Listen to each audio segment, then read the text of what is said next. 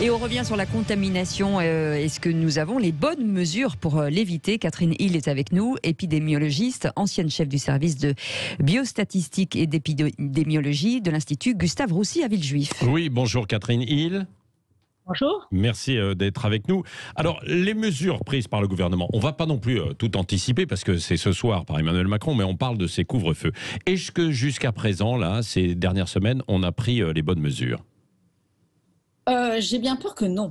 Oui. Parce que le virus continue à circuler et la méchanceté de ce virus, c'est qu'il circule à travers des gens, à moitié à travers des gens qui n'ont pas de symptômes et qui ne se savent pas contagieux. Donc, les autorités s'épuisent à partir des cas contacts, des cas qu'ils ont trouvés, qui sont une petite fraction des cas. En Angleterre, on a fait un sondage par test PCR sur un échantillon représentatif de la population Angleterre. Je ne dis pas Écosse, Pays de Galles, juste Angleterre. Et ils ont trouvé que fin septembre, 5 personnes sur 1000 étaient positives.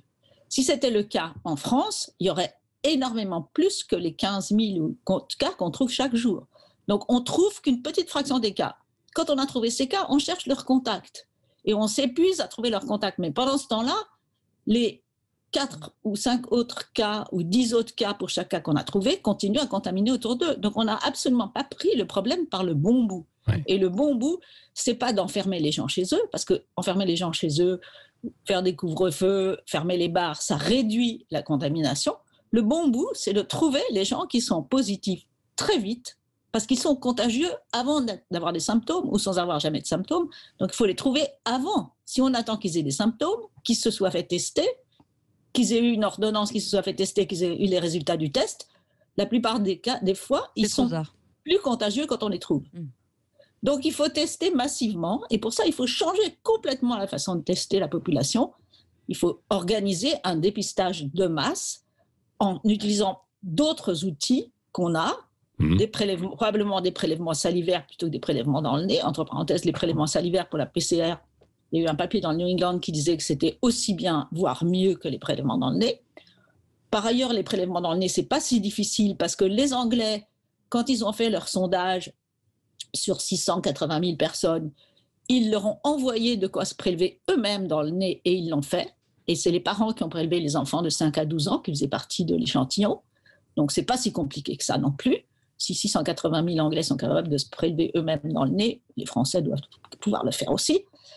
Et ensuite, on peut faire des tests groupés, c'est-à-dire tester 20 personnes à la fois en mettant les prélèvements dans un seul tube. S'il y a 5 sur 1000 positifs, comme en Angleterre, il y aura beaucoup de tubes regroupant les prélèvements de 20 personnes qui seront négatifs. Donc, en un seul test PCR, on a trouvé 20 personnes négatives, donc c'est plus économique.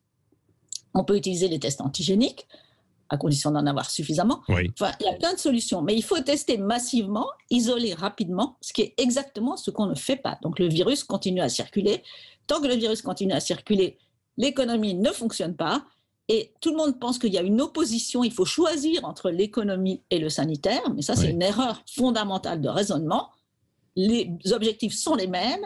Pour la santé, il faut contrôler le virus et pour l'économie, il faut contrôler le virus. Pour contrôler le virus, il faut faire comme en Chine, en Corée du Sud, en Nouvelle-Zélande, à Singapour, à Taïwan, etc., tester massivement pour trouver les gens qui sont contagieux. Oui. Voilà. Mais alors Catherine, qu'on comprenne bien, parce que effectivement, c'est une stratégie très claire que vous énoncez. On a du mal d'ailleurs à comprendre pourquoi le gouvernement ne suit pas cette stratégie. Mais est-ce que c'est parce qu'on manque de moyens, on n'est pas organisé pour pouvoir envoyer ces tests salivaires auprès de tout le monde ou dans les entreprises ? Ça demande, évidemment, ça demande une organisation.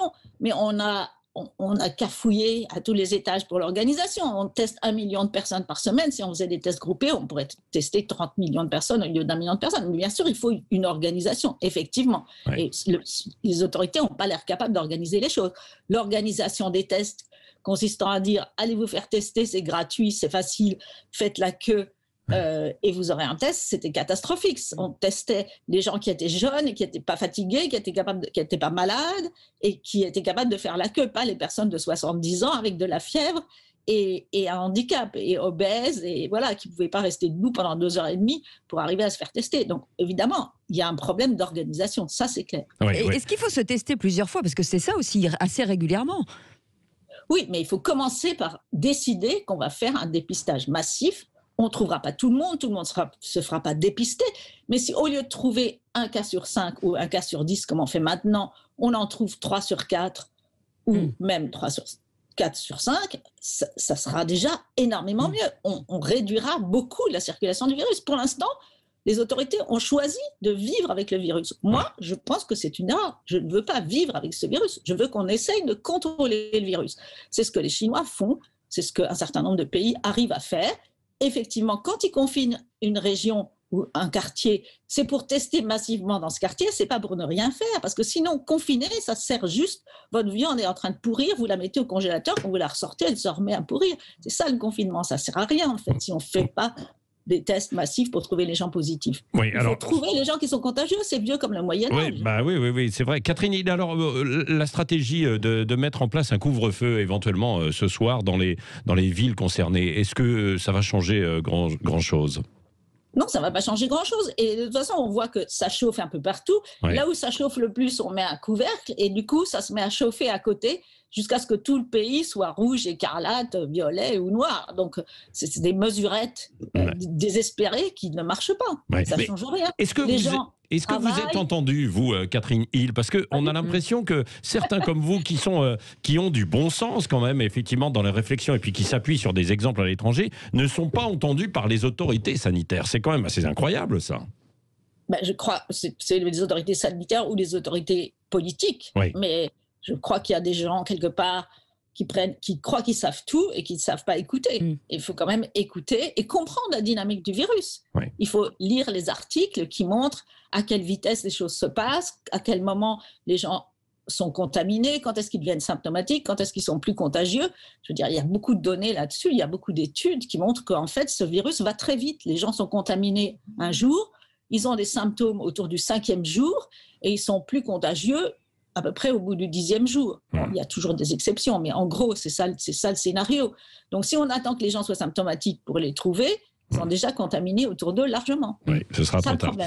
Merci beaucoup, Catherine Hill, pour votre éclairage, épidémiologiste donc, et ancienne chef de service d'épidémiologie à l'Institut Gustave Roussy de Villejuif.